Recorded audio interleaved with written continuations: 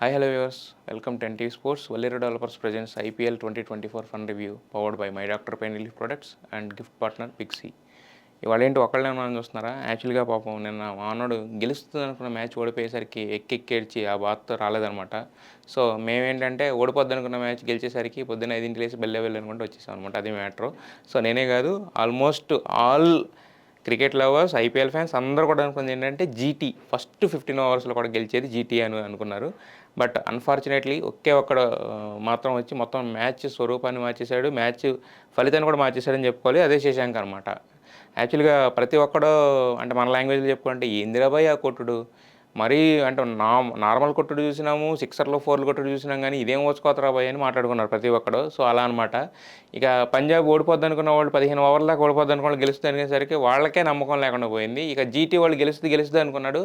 అసలు ముఖ్యంగా వీళ్ళందరిలో కూడా బాగా హర్ట్ అయింది ఎవరంటే జీటీ తరపు నుంచి ఆశీష్ నెహ్రా అనమాట. ఎందుకంటే ఆశీష్ నెహ్రా ఎప్పుడు చూస్తుంటాం మనం, జీటీ అంటే 11 ప్లేయర్స్ ఆడతారన్నమాట, కానీ మనోడు ఎప్పుడు గ్రౌండ్లోనే తిరిగితే 12 ప్లేయర్లా తిరుగుతూనే ఉంటాడు, అందరూ సలహాలు సూచనలు ఇస్తూనే ఉంటాడు.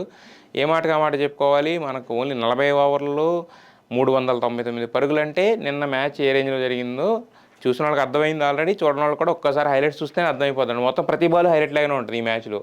ఇంకా అంటే ఫస్ట్ ఆఫ్ ఆల్ అంటే ఎవరు గెలిచారు ఎవరు ఓడారు పక్కన పెడితే శుభ్మన్ గిల్ బ్యాటింగ్ మాత్రం ఒక నెక్స్ట్ లెవెల్లో అని చెప్పుకోవాలన్నమాట. అంటే మనోడు ఇంతకుముందు టెస్ట్ బ్యాటింగ్ చూసాం, వన్డే బ్యాటింగ్ చూసాం, కానీ ఈ టీ20లో ఈ రేంజ్లో అదరగొట్టడం మాత్రం first time. But not out, century miss అయింది, ఇంకా అది ఏం చేయలేము దానికి. అయితే నేను దాంట్లో ఇంకొక అద్భుతం ఏంటంటే కేన్ మామ ఎంట్రీ అనమాట. కేన్ విలియమ్సన్ ఎందుకు తీసుకున్నారు, పక్కన కూర్చోబెట్టడానికి ప్రశాంతంగా రెస్ట్ ఇచ్చారనుకున్నాం, కానీ నిన్న మొత్తానికి కేన్ విలియమ్సన్ కూడా వచ్చాడు ఫస్ట్ మ్యాచ్లోనే. ఇంకా కేన్ మామ ఏంటంటే చాలా కాలమైంది కదా ఆడి, జస్ట్ ఒక టచ్ ఉందని అయితే నిరూపించుకున్నాడు. పెద్దగా ఏం స్కోర్ చేయలేదు, కానీ ఒక 20-25 రన్స్ అంటే టీ20లో అది కూడా చాలా ఇంపార్టెంట్ కాబట్టి మొత్తానికి 20-25 కొట్టి టైట్ అండ్ డిఫెండింగ్ టోటల్గా అయితే తీసుకెళ్లారు. 199 రన్స్ కొట్టారు, 200 టార్గెట్ ఇచ్చారు. బేసిక్గా పంజాబ్ కింగ్స్ ఆడుతున్న తీరికి, వాళ్ళకున్న బ్యాట్స్మెన్ ఉన్న ఫామ్కి అసలు ఈ 200 అనేది ఏంటంటే బేసిక్గా ఇచ్చేసి వెళ్ళిపోవచ్చు, అలా ఉంటుంది.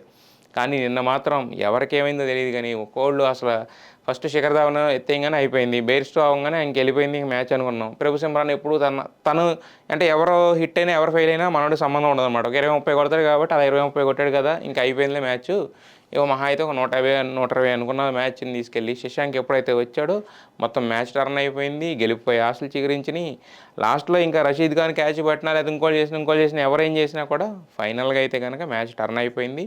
మొత్తం టోటల్గా పంజాబ్ కింగ్స్ అనేది గెలిచిందనమాట. నిన్నటి నుంచి మా వాళ్ళ సంబరాన్ని మామూలుగా లేదు. అసలు ప్రీతి జింత అయితే అసలు ఫ్లడ్ లైట్ అయితే ఆర్పేసినా సరిపోద్దామనిపించింది ఆ టైంలో. ఆమె ఫేస్లో అయితే అంత లైటింగ్ ఉందన్నమాట నిన్న. అయితే ఈ మధ్యకాలంలో ఏంటంటే మ్యాచ్ గెలిచిన ఓడిపోయిన పక్క కెప్టెన్లు కూడా వచ్చి ఈ కెప్టెన్లతో మాట్లాడడం ఇదంతా కూడా జరుగుతుంది. ఎందుకంటే బయట నుంచి ఆల్రెడీ వార్నింగ్లు రావడం అనేది జరిగింది. ఇది ఇండియన్ ప్రీమియర్ లీగ్ అంటున్నారు, అదేదో మీ టీం ఒక టీం గెలవగానే ఇంకా రెండో టీం వాళ్ళు కక్ష కట్టేసి కత్తి కట్టేసినట్టు ఫీల్ అయ్యి చాలా ఇదిగా చేస్తున్నారు అనేసరికి ఇంకేంటంటే వీళ్ళు కూడా అయిపోయిన తర్వాత, మ్యాచ్ అయిన తర్వాత ఓడిపోయినా కూడా ఆ బాధను లోపల పెట్టుకుని మరి బయటికి నవ్వు పూసుకుంటూ మాట్లాడుకోవడం ఇలాంటివి అనేది కనపడుతుంది. బట్ అదో రకంగా ఏంటంటే టీమ్ స్పిరిట్, గేమ్ స్పిరిట్ అదే కాబట్టి సో అది కూడా చూడడానికి అయితే బాగుంది నిన్న. జనరల్గా ఈ మధ్యకాలంలో ఏంటంటే ఇంపాక్ట్ ప్లేయర్ వల్ల ఓడిపోయిన మ్యాచ్లు కూడా ఉన్నాయి. బట్ ఈ మ్యాచ్లో ఏంటంటే ఇంపాక్ట్ ప్లేయర్ కింద వచ్చిన అశుతోష్ శర్మ అసలు అంటే బేసిక్గా అతను వికెట్ లాస్ట్లో పడిపోయింది, కానీ బట్ అప్పటికే ఇంకా చేసేది ఏం లేదు. ఆల్రెడీ ఓ పక్కన శశాంక్ ఉన్నాడు కాబట్టి ఈజీ అనుకున్నారు మ్యాచ్. అలాగే ఈజీ ఇంకో బాల్ ఉండగానే గెలిచిందనమాట. సో మొత్తానికి ఏంటంటే పంజాబ్ కింగ్స్ ఎప్పుడు కూడా ఎలా ఆడతారు, నిన్న కామెంటేటర్ ఒక మాట చెప్పాడు, వీళ్ళు గెలుస్తారనుకున్న మ్యాచ్లు కూడా ఓడిపోతారు, కానీ ఓడిపోతారనుకున్న ఈ మ్యాచ్ మాత్రం గెలుస్తారు అనుకోలేదని చెప్పి. వాళ్ళే కాదు ఎవరో పంజాబ్ ఫ్యాన్సే అనుకోలేదు అలాగా, బట్ గెలిచారు ఎనీహౌ. అది ఐపీఎల్లో ఎప్పుడు ఏదైనా జరగవచ్చు, క్రికెట్లో ఎప్పుడు ఏదైనా జరగవచ్చు అనడానికి ఈ మ్యాచ్ బెస్ట్ ఎగ్జాంపుల్ అనమాట. సో ఈ రోజు అయితే అసలు సిస్ల ఆట ఈ రోజు ఉంది, that is CSK versus SRH. ఓ పక్కనేమో సిఎస్కే సైన్యం ఆల్రెడీ మొత్తం ధోనికి గ్రాండ్ వెల్కమ్ ఉంటే, ఒక పక్క నుంచి ఏమో ఎస్ఆర్హెచ్ ఎలా అయినా గెలవాలి, ఈసారి ప్లే ఆఫ్స్కి వెళ్ళాలి, ఈసారి కప్పు కొట్టాలని చెప్పి వీళ్ళ సపోర్టర్స్ కూడా బాగానే ఉన్నారు.